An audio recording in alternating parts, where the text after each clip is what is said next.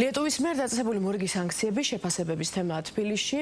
ლელოს განცხადებით, ევროკავშირის ქვეყნები აქტიურად აკვირდებიან საქართველოში მიმდინარე მოვლენებს და სანქცირებულთა სია ამ მიზნით ფართოვდება. ინდივიდუალურ სანქციებს მიესალმება პარტია გახარია საქართველოსთვის.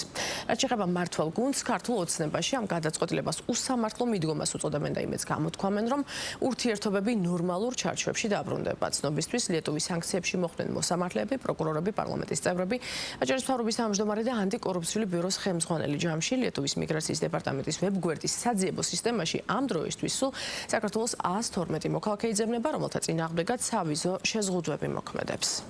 ეს არის მკაფიო განაცხადი, რომ ევროპული კავშირის წევრი სახელმწიფოები ყოველდღიურ რეჟიმში აკვირდებიან საქართველოში მიმდინარე მოვლენებს და შედეგად სანქციებულთა სია ფართოვდება და აღარ შეიცავს მხოლოდ პოლიტიკურ მაღალჩინოსნებს. მინდა ყველა ცრუ მოწმემ, პოლიციის თითოეულმა ოფიცერმა, რეჟიმის პროპაგანდისტებმა და ყველა იმ პირმა, რომელიც ნეფსით თუ უნებლიეთ თანაზიარია იმ ბოროტმოქმედების, რომელსაც ჩადის ქართული ოცნების თვითმფარქვია რეჟიმი, ერთხელ და სამუდამოდ გაიაზროს, რომ მათი სახელები და მათი საქმეები ცნობილია დასავლური სახელმწიფოებისთვის. ჩვენ მივესალმებით ამ სახის პოლიტიკის გატარებას, სადაც კონკრეტული მაღალჩინოსნები, მოსამართლეები, ქართული ოცნების ხელისუფლების გარემოცვის წევრები სანქცირდებიან. ჩვენ მივესალმებით ტარგეტირებულ სანქციებს და ამაზე ვმუშაობთ.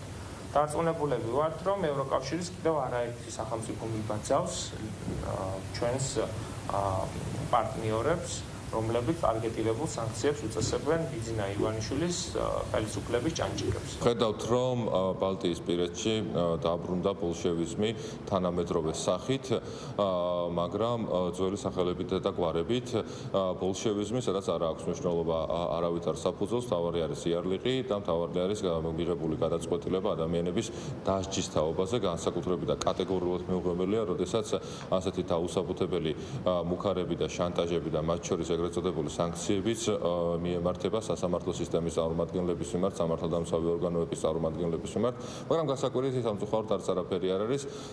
Deep State-ის მართული ხელისუფლების წარმომადგენლები მოქმედებენ ისე, როგორც მოქმედებდნენ ბოლშევიკურ საბჭოთა კავშირში, რომ ჩვენზე ეს რა თქმა უნდა არ მოქმედებს და შეუძლებელია უბრალოდ რომ ქვეყნის სიყვარული ანაცვალო კონკრეტულ სანქციას ან საბანკო ოპერაციას თუ სადმე თავისუფალ მოგზაურობას ქვეყნის ინტერესები არაფერზე არასდროს არ იცვლება.